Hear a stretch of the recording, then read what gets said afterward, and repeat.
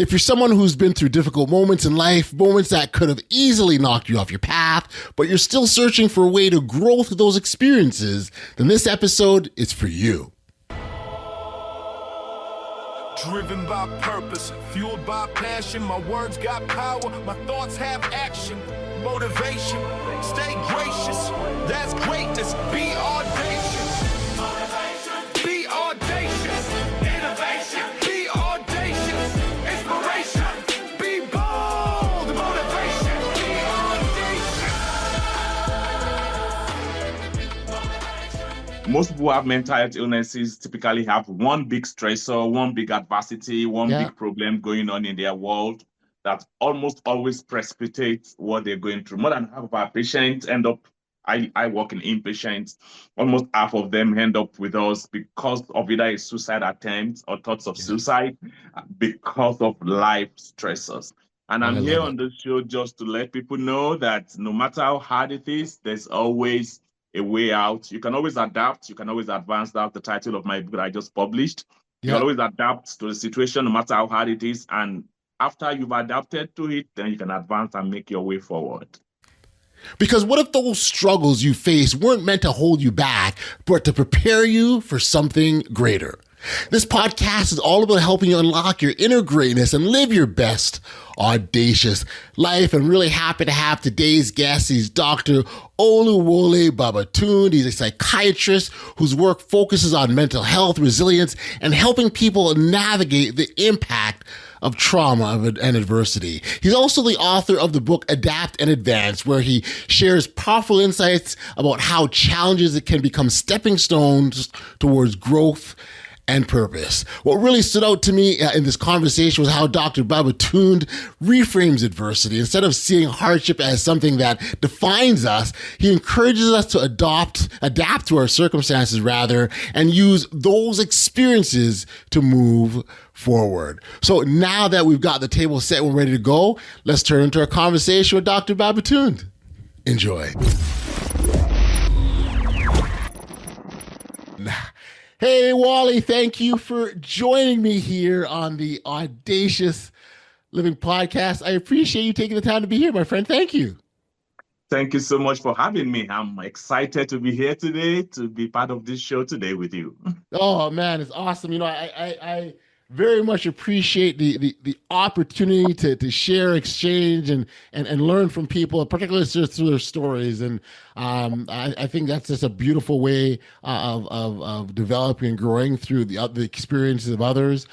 Here on this podcast, we very much promote the concept of audacity and encouraging individuals to live their best audacious lives. And we all have our experiences. Like the way I oftentimes frame it is, life is like a pathway, right? And we're on our journey on this pathway, and things are going to come up that, come in our way. Think of like a boulder in your path, and you got a way to get through that. We call that adversity. And so we have to develop our resilience to get past that, to get to the other side. And so, you have had a very full life, very full for some, and you're still going so much to accomplish, being orphaned at a young age and having to sort of navigate that life without, your parents, and then still being able to get to a point in life where you're able to contribute using your experiences to help others as a psychiatrist, and you're an author, and you're doing so much to help others build up their resilience and bring them to a better place as you brought yourself. And so maybe as a starting point, Wally, I can get you to maybe introduce yourself to our audience, give us some insight into your background, what's got you to the point that you're at now. Thank you so much, Audley, for having me again on the show, and I'm excited to be here. I like talking about my stories. I believe so much in stories.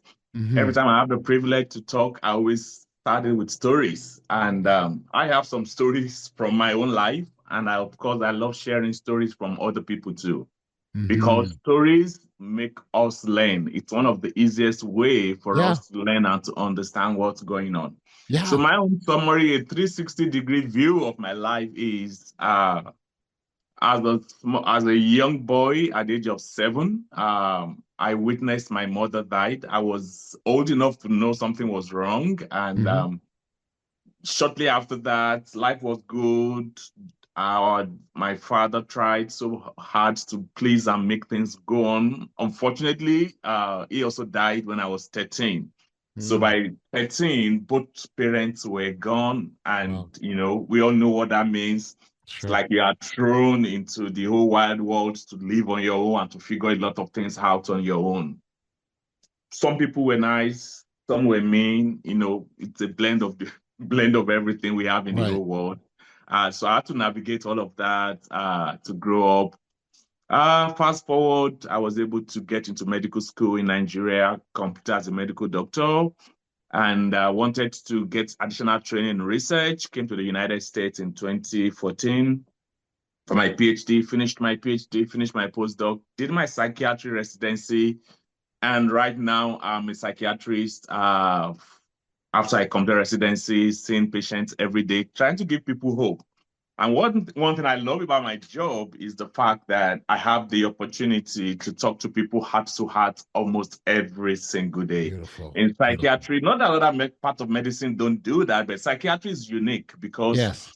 most people who have mental health illnesses typically have one big stressor, one big adversity, one Yeah. big problem going on in their world that almost always precipitates what they're going through. More than half of our patients end up, I work in inpatients, almost half of them end up with us because of either a suicide attempt or thoughts of Yes. suicide because of life stressors. So I get to Mm. talk to people about what they go through every single day, and I got to, offer them hope every single day of my job. So that's my a 360-degree view of my life.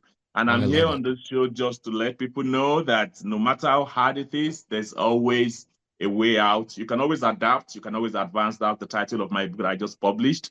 You can Yeah. always adapt to the situation, no matter how hard it is. And after you've adapted to it, then you can advance and make your way forward. Oh, I love it. I love it. Congratulations. I think it's so beautiful. And then again, the work that you do now, uh, um, uh, and the line that you said that you get to connect with people heart to heart, is so beautiful. Because I think when you look at any sort of treatment or help or support we can give to people, that heart to heart connection, that by far to me is the number one option. People want to be heard, listened to, acknowledged, loved, all of these things. And so when you can do that, and as a profession, it's exciting for me and thrilling, and I'm happy to hear that the joy that you have in that. I'd love to get a sense then, given your background and your upbringing and what you had to navigate, how much of that feeds into the work that you do now? Oh, of course, a lot of what I went through fits into what I do right now. Um, One of the main reasons I chose psychiatry as a subspecialty of medicine in the US, of course, was because of my background. In fact, most of what I also do in research now is also because of my background too. For example, some of my papers recently have to do with adverse childhood experiences or childhood traumas that people Mm, go through and how it impacts their mental health in the future. And it's very well documented, and a lot of research has been done showing that a good number of people who have adverse childhood experiences are like 4 times more likely to be depressed when they grow up as adults. So when people right. experience childhood trauma, the likelihood of having depression in the future is just so high. And when you now lay it upon, people also still have trauma in adults. It's not like because you had trauma as a child, that's the end of trauma. No. Right. Right.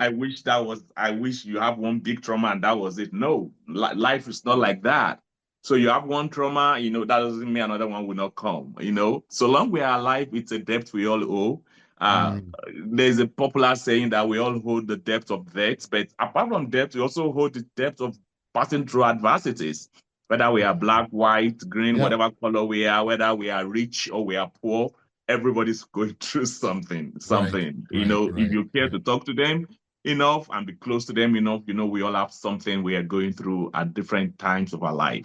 So all of what I went through in childhood was one of the reasons I chose medicine in the first place. Mm, Uh, I got to realize after my father died by one of his friends that he wanted, one of his children to be a doctor. But even before I got to know that I had always made up my mind I wanted to be. My mom died from pregnancy complications, and my father died from a road traffic accident, not getting enough help early enough. So I've always wanted, to be in the health profession to see how much I can help people. So that was my, my passion for being a doctor in the first place. Then psychiatry as a residency was because of all I went through and how much impact I see things like that have on the lives of people when they grow up. The trauma people experience in childhood kind of stays with them all their life. And if people are not careful, people get stuck, in that traumatic experience, and they never really get out of it. And that's why you see a lot of people doing a lot of things, and you'll be wondering, what's wrong with them? There's the big trauma somewhere that was not resolved, and they grow up with it, and it continues to manifest one way or the other in their lives. So those are the things that really impacted me, wanting to be a doctor in the first place. And then after being a doctor, wanting to be a psychiatrist. I say psychiatrists are like pastors in quotes, because like I said, a lot of our patients end up with us because there's a big trauma that happened that maybe brought out what was biologically inside their system before. So we get to talk to them. I have the opportunity time to share my story, or just be empathetic and just show some love and just encourage them.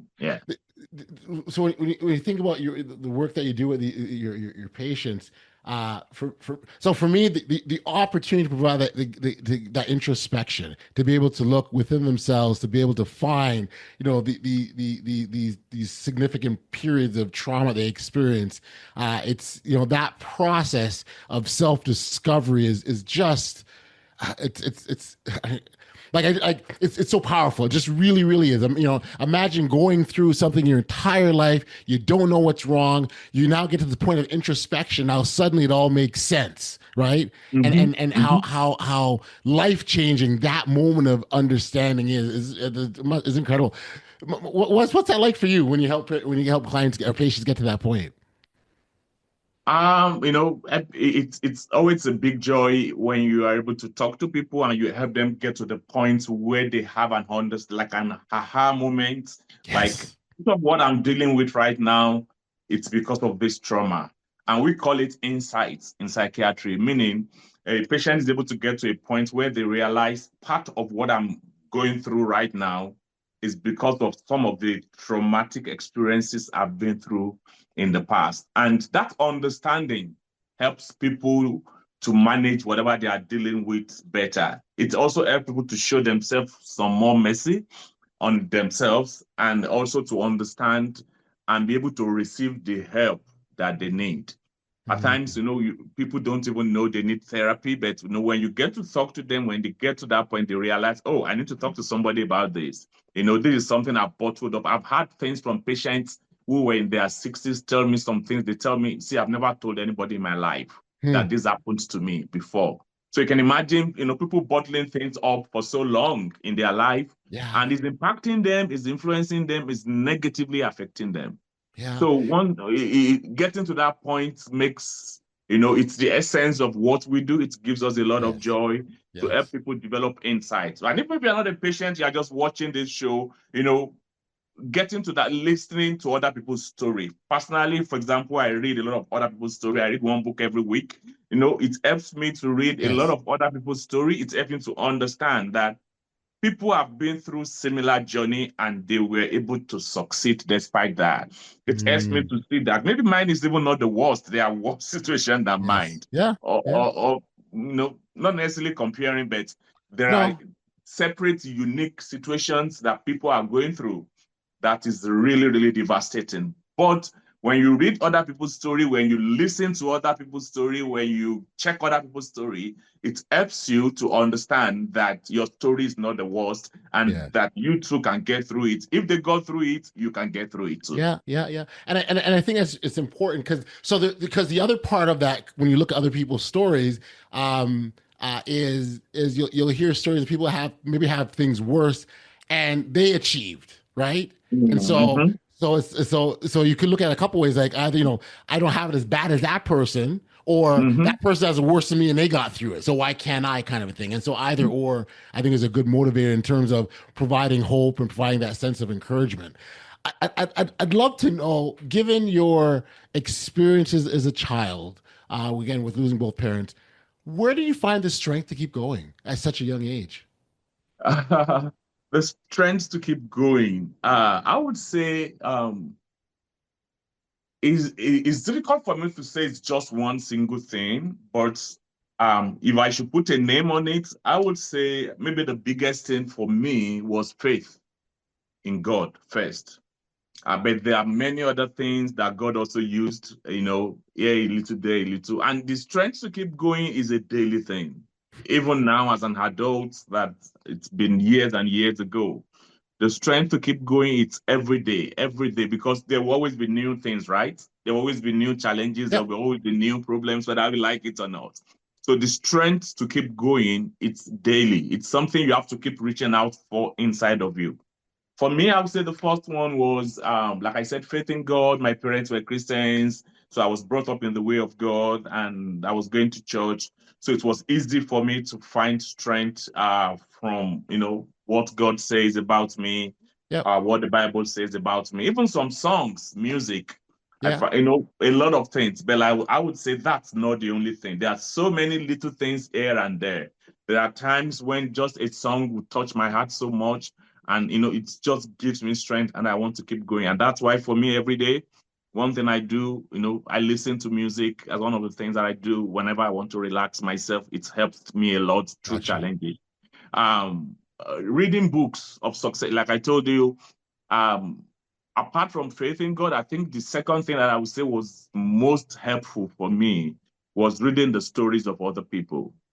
At times it could be books, at times it could be, even just Googling people's name and like, okay, who has experienced this before? Some names Hmm. pop up and I read their story. And I've made it an habit for years and years now to at least listen audiobook one every week. And that's Okay. very helpful. Every evening when I'm shaving, I'm listening to a book. When I'm going to work in the morning, usually I'm also listening, driving to work. So when I have downtime in the day, I listen. So all of these, I have so many stories of people in my head that tells me it is doable.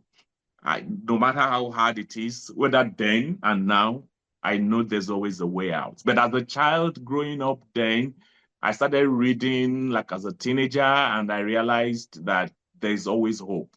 So Yes. when there's opportunity to give up or to lose hope, I remember the books I've read, I remember the stories I've read, and I'm like, this challenge will not define me and will not let this be the end of my life. If anything, I'm going to come out of it successfully. And Mm. the same strength I used then, I still have to use it now for Yes. different Yep. situations, Yep. because things will still happen. You have to like reach out to that inner strength Yep. inside of you that told me when I was a teenager that you can make it, you can get through this, and then we keep it going.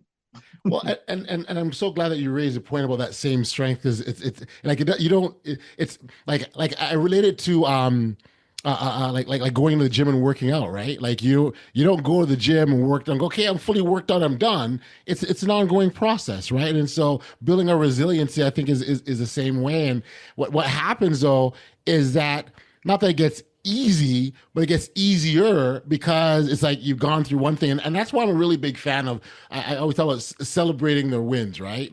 Imagine if you gave yourself credit every single day, every time you overcame something. You remember that and go, yeah, I remember that time I did this.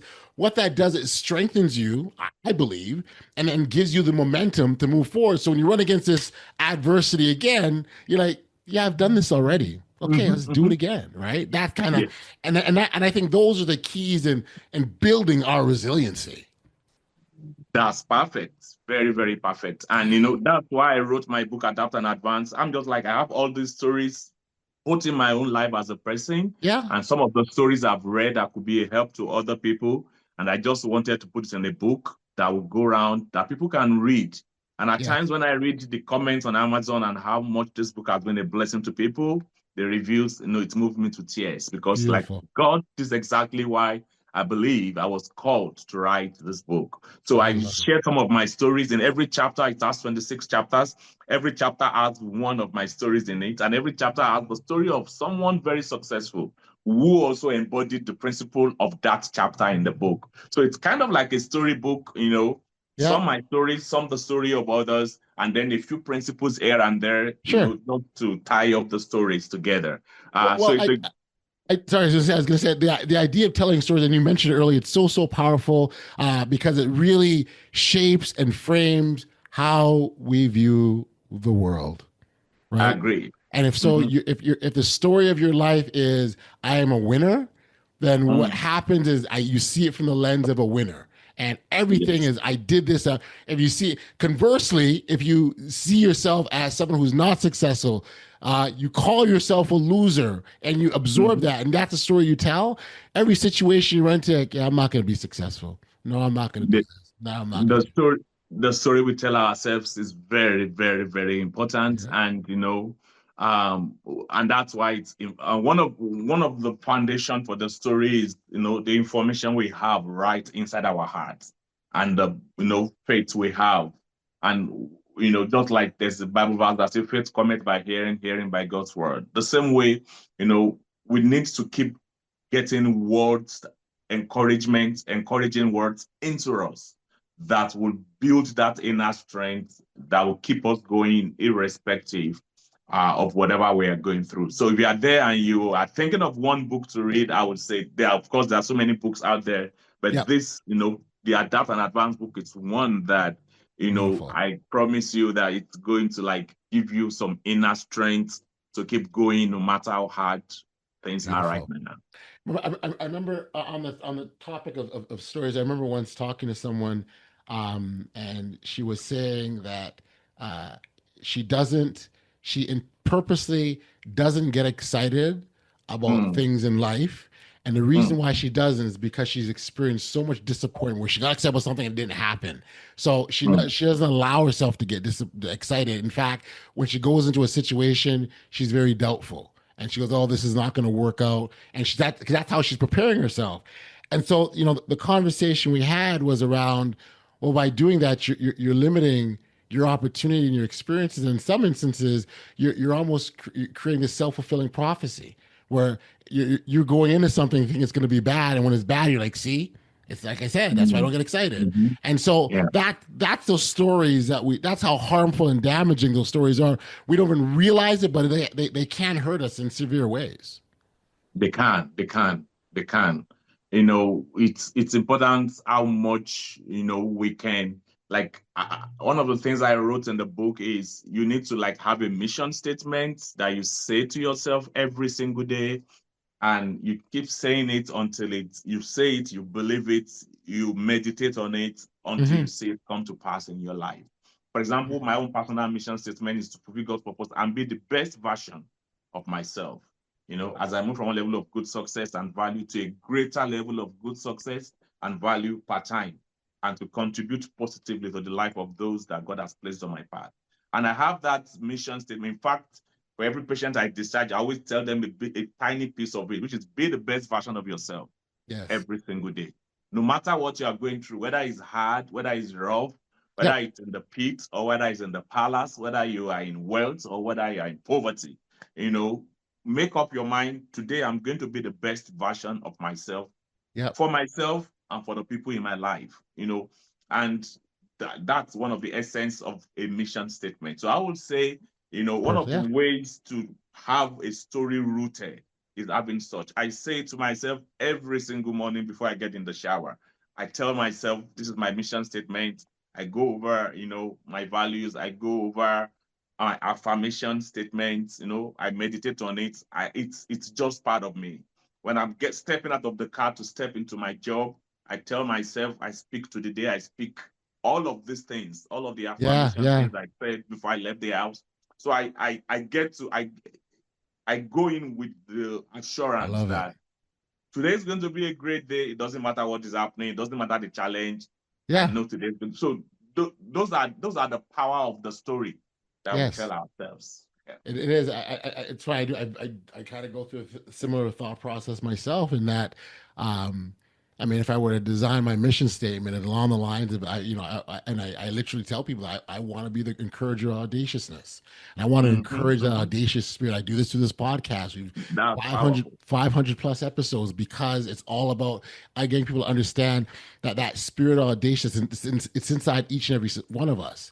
And if we can bring that out, meaning if we can be brave and take chances and be bold and take risks, you never know what's going to happen, and you don't know the goodness that will come out of that. And that to me is kind of identify that early on. And actually, I I I I I didn't well, I identified it, but I didn't have a label for it. I didn't know what it was. To me, in my mind, it was just this thing that I do. And Yeah. as time went on and life experiences, I started to go, oh, that's what that is. But then when I started to see in other people, I'm like, oh wow, those successful people, they got that same thing too. And that's what kind of started that journey. And now it's like I realize we all have it, right? We've all gone through something that we didn't think we could get through. We got through it anyways. We all at some point took a chance and tried something and was successful anyways. Or maybe we weren't successful, but we learned from. We've all done that, but we forget. Definitely. We forget. Definitely. And that's why the idea of celebrating your wins and giving yourself credit for the things that you do is so, so important. Because once you build that up, again, that resiliency we talked about, you get in, your chest gets higher, you walk with prouder, you feel good about who you are because of what you've done. And that's really what we want to do, encouraging people to be their best. That's powerful. And I love your title, Audacious Life. It's powerful. It's like living your best life. Yeah. And the fact that you reached 500 episodes, wow, that's really awesome. Yeah. It speaks of persistence. I remember a few years ago, I had said to my son, how long would it take me to get to 1,000 episodes? And we did some calculations. And so I'm not quite there yet, but we're working towards it. I said, with the spirit with which you speak today, I strongly say it's coming to pass very, very soon. So just keep at it, Of course, life happens, but let's keep putting our best. Let's do whatever we've been called to do, and make sure that we are putting our best to everything that we are called to do. And there's one thing I read in my Spring book when I was growing up as a teenager a long time ago. He said the graveyard is the place that is richest in the world because a lot of people die and they failed to be the best that they were meant to be when they were alive. And I extrapolated it to be even daily. So I tell myself every morning, I want to go to my bed empty every night. I want to give everything God has put in me to be a blessing to my world every single day. I don't want to wait to the end of my life to find out that I didn't do what I was called to do. I want every 24 hours to mean something. I want every 24 hours, I want to be the best I can every 24 hours. So when I go to bed at night, I'm fully persuaded that everything that is inside of me to be a blessing to myself and to the people around me, I have done it. So I live my best life every day, one day at a time. And we can all do that. I believe we can. And that's why I tell people, be the best version of yourself every day, no matter what's happening. It's not how rich you are, it's not how poor you are. It's a mindset. Wally, you and I are kindred spirits, as they say, because I fully believe to that philosophy and do my best to live that every possible day. We never got it perfect. Some days we falter, sometimes we get tired, whatever. But the mission still continues to be that same. Have a positive impact as many people I possibly can. And when it's all said and done, I'm like, okay, cool, I'm done. I'd love to hear. So, the part of your story that also intrigues me, and I would imagine there are a lot of lessons for you, is when you immigrated to the U.S. Think of your life and all that you did in your childhood growing up, and then you leave that behind to come to a brand new country to begin a new life. I would just imagine things like perseverance and grit and determination were built big time for those experiences.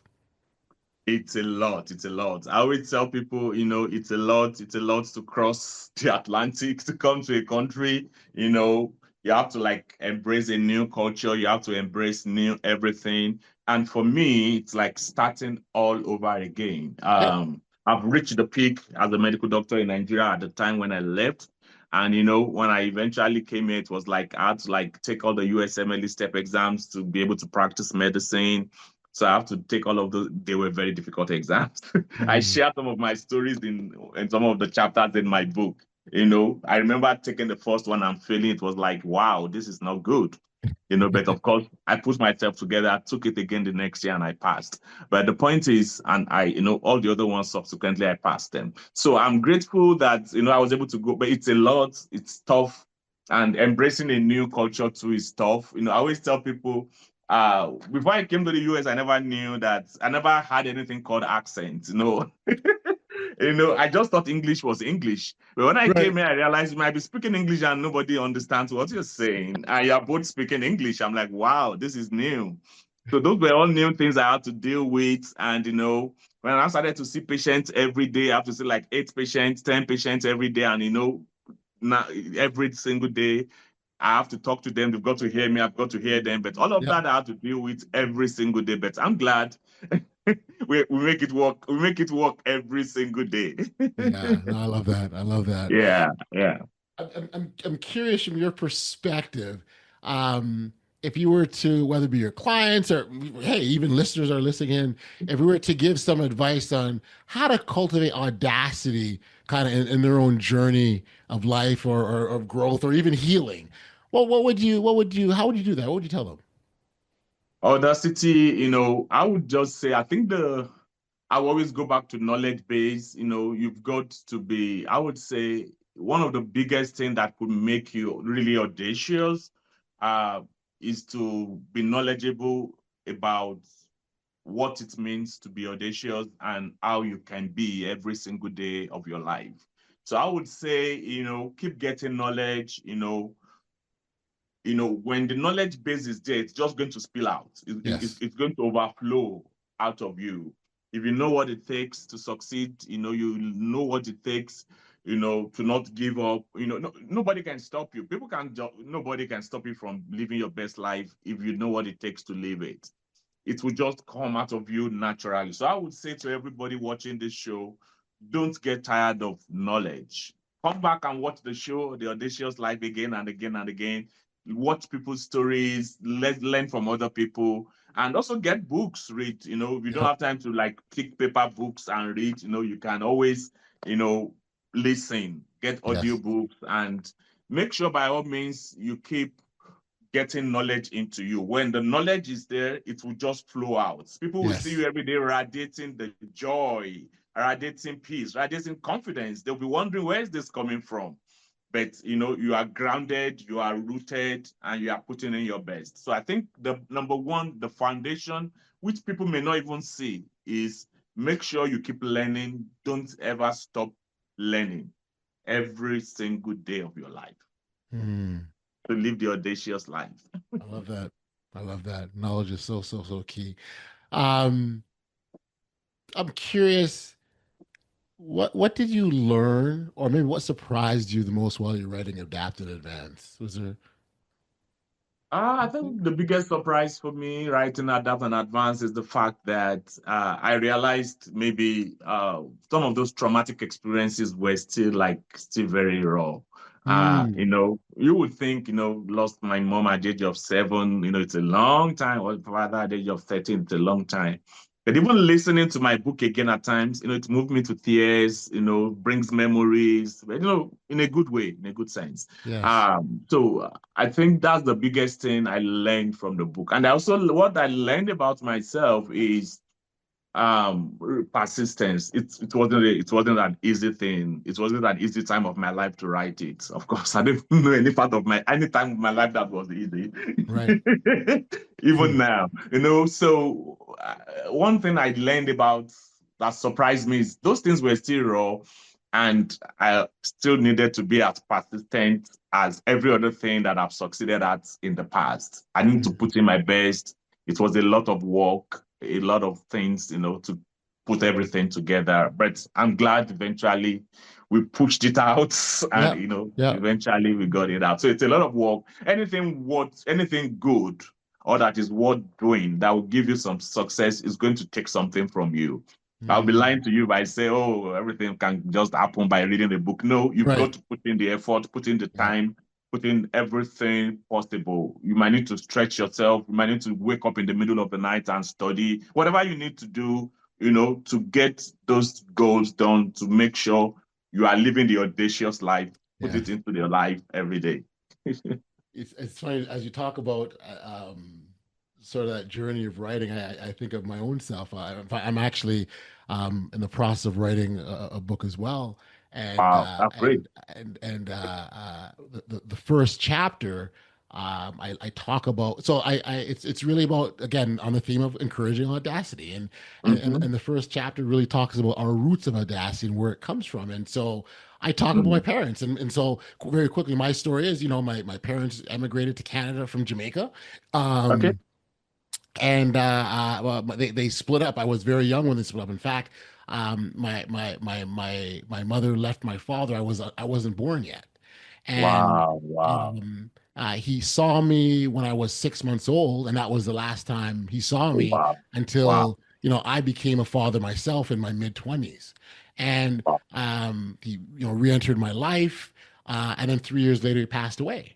And so wow. it's the idea, and so when but I was sort of telling the story from the standpoint of, so where our audacity comes from, and you look at our parents. I think, so even the idea of, so for example, leaving your home country to come to a new Mm-hmm. country, that's Mm-hmm. audacious. My It mother is, it making the is. decision to step away from my father, that's audacious. My Mm-hmm. father making the decision to re-enter my life, that's Mm-hmm. audacious. And so Yes, the idea yes. is the roots of that. But it's funny. But as I was telling the story, and the more I told the story, and the deeper I got into it, the more I Mm. learned about myself, and the more I Mm. realized how much I was impacted. And so I tell, one thing I talk about in that chapter is I talked about the lessons I learned from my father, from his absence and presence. Like, I Mm. learned equally from both, and Wow. but it was, again, that deep dive I had to go into myself, and that was what surprised me most. I didn't realize, I didn't realize, because I didn't have any negativity about not having a father like that. I was, I received him well. I was happy to see him. All that was, it was fine. But what I realized is I had learned so much from him, and Mm. it was just so as that question about what surprised you, I can so resonate with that, because so much surprised me as well too. So And that's the truth. We learn from successes as much as we learn, from failures or challenges. What is, that shows, some level of maturity when we look back and we look at the bad ones, we look at the good ones, and we realize we've learned equally right, from both. yes. So, like you said, both from his absence and his presence, they were both equally something you've learned from, you've grown from, and you've matured from. So, that shows some level of maturity and audacious living. Well, thank you. I think also too, it really speaks to the manner in which we frame things, Yes. and how we see things. Well, let's stay on that example of my father. When he reappeared in my life, I could have chosen to be angry at him for Mm. not being there, and you know what? Mhm. I'd be completely justified. Yes. Completely Yes. justified, because you weren't there my entire life. You missed out on anything. You didn't teach me. Mhm. I didn't learn anything from you. And if I stayed angry, no one would ever say to me, "Yeah, you don't have the right to be angry. It doesn't make sense. It's completely sensible." Mm. But that's not the Mm. choice I made. So Mhm. again, it's everything, in every situation, circumstances. We have a choice, and which one do we want? And really, what I think the emphasis really needs to be: are you taking a choice that serves you and uplifts you, or one that keeps you in a negative space? And once you That's can make that that's distinction, I think you can sort of move forward in life very positively. that's the right spirit. That's the right spirit, and that's what adapt and advance is all about. Is this making decisions that serve you right? Because we could choose to wallow in pain and decide no, to give up. But it doesn't serve us. It doesn't serve us. It doesn't help us to fulfill our purpose. But like you said, at some point we have to decide to make different choices that help us. And that's why the second section in my book is action, where you have to take, I say, massive action.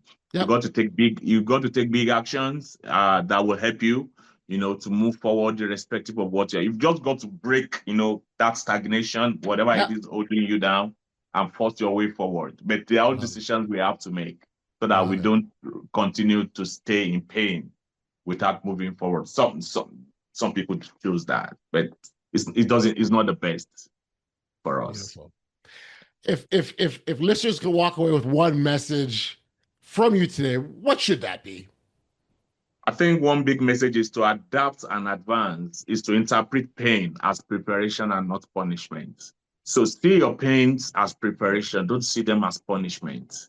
Uh, when we see, just like we discussed a few minutes ago, it's about the story we tell ourselves. So when you see your pain as the preparation, you're telling yourself a story. When you see your pain as the end or as punishment, you are telling yourself a story. So the story I want you to tell yourself is to adapt and advance is to see my pain as preparation. Whatever is painful in my life is preparing me for something better, for something bigger, for something, it's the stepping stone for me to get to the greatness that is right inside of me if I can just endure and pull it out. Pull it out. You might need to put in some effort, action, pull it out. You might need to make meaning out of everything going on, pull it out. Whatever you need to do, you might need to read books, to encourage yourself, pull it out of you. So see your pain interpret your pain as, preparation for something bigger, for something greater, for something epic that God has made you for. I love it. I love it. I love it. Wally, this has been good. I want. Are you open to having a little bit of fun? I like to have some fun. I don't know about you. I enjoy having fun. And one of the ways I like to I do a bit of a rapid fire questions with my guests. First thing that comes to mind, I throw a quick question at you, and you just let me know what you think. How's that feel? Okay, feel free. Yeah, no. Okay. Let's try something easy, just kind of ease you into it. Coffee or tea? What do you prefer? I'll say tea. All right. Okay. Nigeria, South Carolina, where do you feel most at home? Most at home. That would be a tough one. Since I'm living in South Carolina right now, I would say South Carolina. Right. Okay. Do you got a favorite scripture of life verse that you like? Favorite scripture? Romans 8:28. And we know all things work together for good to them that love God, to them who are called according to God's purpose. That's my best Bible verse. I love that. Nice. No matter what it is working for my good. Yep. Yeah. Accept this. And that, I mean, that from we talk about reframing, right? Like Mm-hmm. from a reframing perspective, that's perfect, right? That's perfect. Yeah. A book other than yours that changed your life.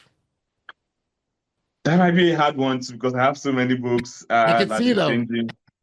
I have so many books that have changed my life, but if I would narrow it down to one, I'm trying to look. I think the one that is changing my life the most right now, I'll just stay current. Might not be the right answer to your question, but at least the one I'm reading that I think I'm really enjoying right now is by Anthony Robbins, Money Master the Game. So I love it. Gotcha. All right. I'm learning a lot about money, and I'm learning a lot about him as a person. He went through a lot of hardship. Today's a billionaire, but he started in poverty too. So as a teenager, and so many, stories like that inspire me to let me know that, nothing can stop you. I love it. Love it. Are you an early riser or a night owl? It depends on the week. So my job is 7 on, 7 off. So when I'm working, I have to be at my job by 7 a.m. So I typically wake up 4 a.m. So I can do my morning routine 1.5 hours and still get to my work by like 6:30 and be good before 7. But on the 7th day off, I could switch. Okay. Gotcha. But overall, I think I do better with early mornings. Waking up early morning is better. Okay, all right. Couple more here. What's the bravest decision you've ever made? Bravest decision? I think it will be coming to the US. Because, like I said, it was tough. Some people think it's easy, but honestly, there's nothing easy about it. It's one of the hardest decisions for me personally. Maybe it's easy for somebody else, but for me, it was a very hard decision. Like I said, I was already at the peak of my career in Nigeria. I did residency in Nigeria. I was already working as an attending for at least 3 years. So I was like doing good. Everything was fine. But there was just part of my destiny that needed to be here, like research-wise, and some things I wanted to do that I just couldn't do because of the environment I was, Yeah. you know, Okay. that made me come in here. But it was a tough decision, and having to now redo everything to get to the point I was in Nigeria, back in the US, was a lot of work. But Yeah. No, I'm definitely glad I brave. was able to put in the work. Yeah. No, it's definitely brave. If you weren't in medicine, what would you be doing, Wally? Ah, I wanted to be a pastor at the point. So I wanted to be a pastor at the point, and I was almost going to be one. It was very narrow. Okay. But Okay. eventually, and that's one reason I chose psychiatry. Like I told you, it's a place where you have the opportunity to do what pastors do by Yep. like encouraging people, holding their hands Yes. when they are crying, and Yes. stuff like that. So yeah. And then lastly, what's the one piece of advice you'd give to your 13-year-old self? 13-year-old self. Um, you've got this. You can do it. No matter what comes your way. Uh, don't let challenges of life stop you from dreaming and from being the best that you can be. You've got this. Life will be rough, life will be tough. Things will come that you don't expect. Things will be thrown at you that, will make you stagger, but, don't give up, don't give in. You've got this. Beautiful, beautiful. Wally, this has been a wonderful time together. I must tell you, I've so appreciated your journey, your story, the manner in which you gracefully moved through life, and now you're giving back in such profound ways. And so, congratulations on that. For listeners that want to learn more about you, connect with you directly, or even pick up a copy of Adapt in advance, where can we send them? It's easy. Just go to Amazon. This is what it looks like. Adapt and advance with somebody jumping over the cliff or something. And if you just type in Adapt and Advance book, I'm sure it's the only book that has that exact title on Amazon, I'm assuming. And if you put in my name, it's going to pull it up. And we have all the 4 versions now. We have the ebook, which is the cheapest, is less than $2, less than a cup of coffee, I guess, for most people. And then we have the paper copy like this, which is $11.99. We have the hard copy, which is $16.99. And we have the Audible now too, which is I think $19.5 or so. So all versions are there, whatever works for you. If you are someone who likes listening while driving to work like myself, get the Audible version. And if you are somebody who still likes to read like the paper copy, get this one. And if you are somebody who likes to read on your phone, get a $2 one. Trading a cup of coffee, trading 1 cup of coffee one day, and you learn about stories that will keep inspiring you every single day.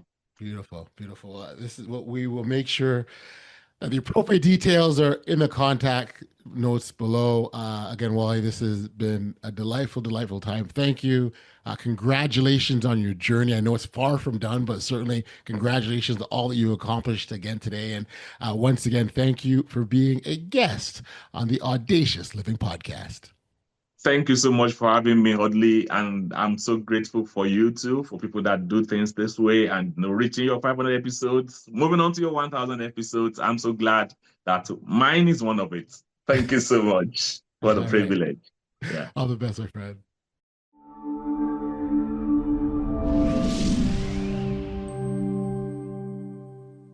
All right, welcome back to the podcast, and much thanks and appreciation to Dr. Babatunde for being here. One of the biggest takeaways from that conversation is a simple but powerful idea that he shared: adapt and advance. If you're navigating challenges right now, today's conversation is a reminder that adversity doesn't have to be the end of your story. Sometimes it's the very thing that prepares you for the next level of your own growth. What I appreciated most about speaking with Dr. Babatunde is how he connected his own life experiences with his work in mental health.